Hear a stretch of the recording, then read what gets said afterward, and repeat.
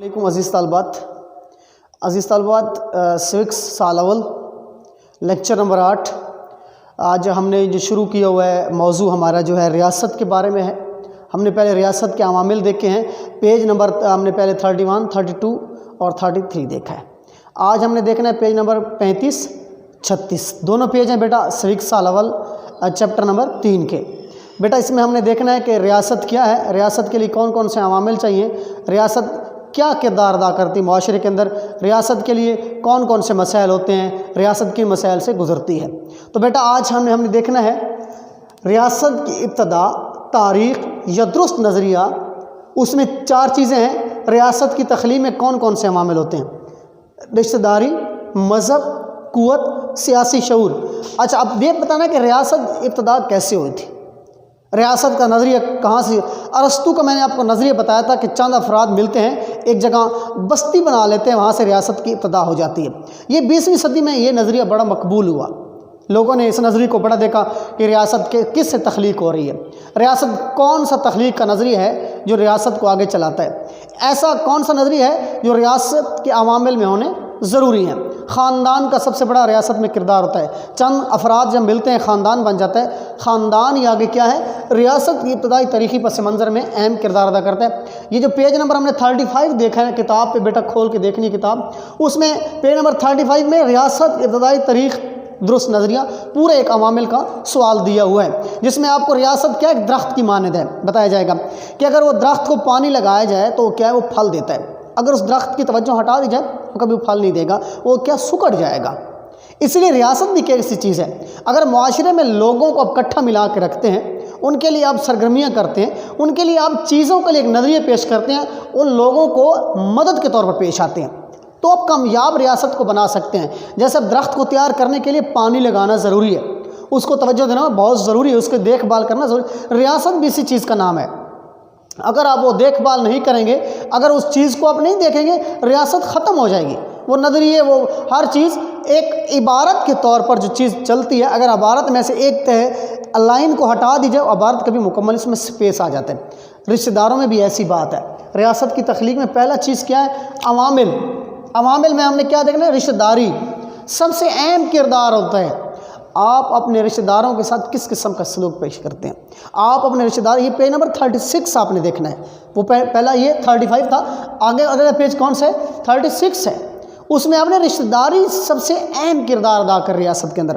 بیٹا اس ریاست میں اگر رشتہ داری نہ ہو، اگر رشتہ داری نہیں پھیلے گی، تو اگر ایک گھر ہے تو ایک گھر کے ہی رہ جائے گا، وہ آگے نہیں چل بسے گا، اس کا آگے کوئی رول نہیں ہوگا۔ اگر وہ اپنے پڑوسیوں کے ساتھ، رشتہ داریوں کے ساتھ، ان کے ساتھ اخلاق کس طرح سے پیش آتا ہے، ان کے کیسے رشتے کو چلاتا ہے، جیسا کہ ایک بہن کا رشتہ ہوتا ہے، اس کو بندہ کس طرح سے دیکھتا ہے، ایک بھائی کے رشتے کو اس نظریے سے دیکھنا ہے، یہ ریاست بنتی ہے۔ کیونکہ یہ خارجی اقتدار میں نے آپ کو بتایا تھا، داخلی میں نے بتایا تھا، ان چیزوں میں یہ چیز شامل ہے، داخلی آپ کے رشتہ داروں پہ منحصر کرتی ہے۔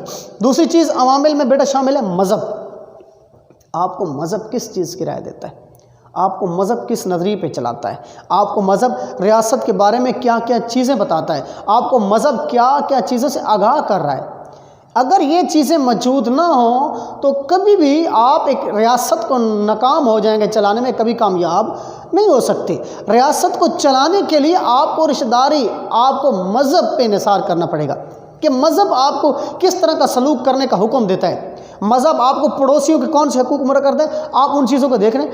مذہب آپ کو کیا کہتا ہے بیٹی کے ساتھ کیا سلوک کریں، مذہب آپ کو کیا کہتا ہے آپ اپنے بیٹے کے ساتھ سلوک کریں۔ مذہب آپ کو کیا کہتا ہے کہ آپ بیٹے اور بیٹی کے حقوق جو مقرر ہیں اس کو کس طرح آپ نے تقسیم کرنا ہے۔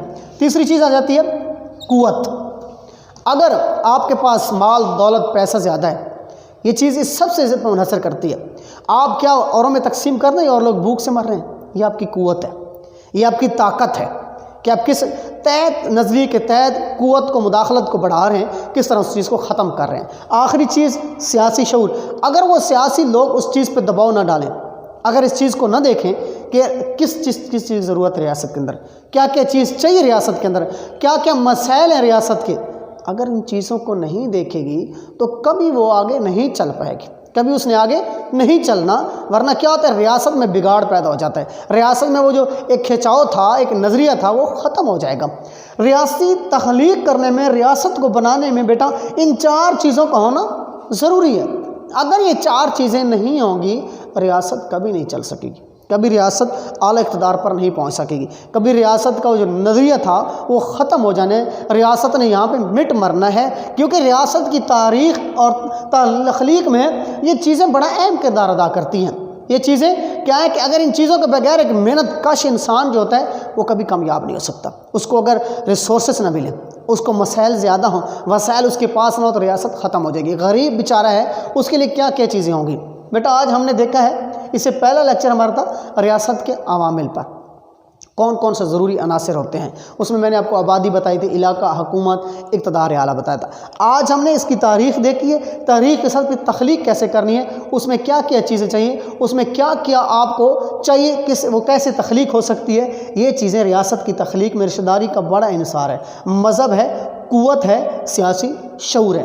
اگلا جو ہمارا بیٹا حصہ ہوگا وہ نظریے پہ جائے گا کہ ریاست کا کیا نظریہ ہے، ریاست کس نظریے کے تحت چل رہی ہے، لوگوں میں کیا کیا وسائل پیدا ہو رہے ہیں، لوگ کیا کردار ادا کریں، کون سی سوچ، کون سا رویہ رکھتے ہیں، وہ ریاست پہ انحصار کرے گا۔ ریاست کیونکہ کافی سارے لوگوں سے مل کر اکٹھے ایک محل بناتے ہیں، محلے کے اندر کیا ہے معاشرہ ہے، معاشرے سے پھر ریاست تخلیق ہوتی ہے۔ ان میں یہ چیزوں کا ہونا بہت ضروری ہے۔ یاد رکھیں بیٹا سوکس پوری جتنی بھی ہے آپ کو آپ کے معاشرتی حوالے سے، آپ کو سیاسی حوالے سے، آپ کو اکنامکس کے حوالے سے، ہر حوالے سے آگاہ کرے گی، آپ کو شریعت کے حوالے سے، آپ کو مذہب، تاریخ کے ماضی کے حوالے سے، مستقبل کے حوالے سے نظریہ بتائے گی کہ تاریخ کیسے لکھی جاتی ہے، اس میں کیسے نظریہ چلنا ہے۔ سوکس پوری اوورال اسی ارتقائی مناظر کے تحت چلے گی۔ انشاءاللہ ہمارا اگلا لیکچر عناصر پہ ہوگا، یہ ہمارا تیسرا چیپٹر ہوگا۔ لیکچر نمبر 9 جو ہمارا ہونا ہے وہ ریاست کے نظریے پہ ہونا ہے۔ یہ ریاست کے عوامل بھی ہو گئے، ریاست کی ارتقا بھی ہو گئی، ارتقا میں کون کون سے عوامل درکار ہیں وہ چیز بھی ہو گئی۔ اگلی چیز انشاءاللہ اس کو ہم دیکھیں گے۔ آج کے لیے اللہ حافظ۔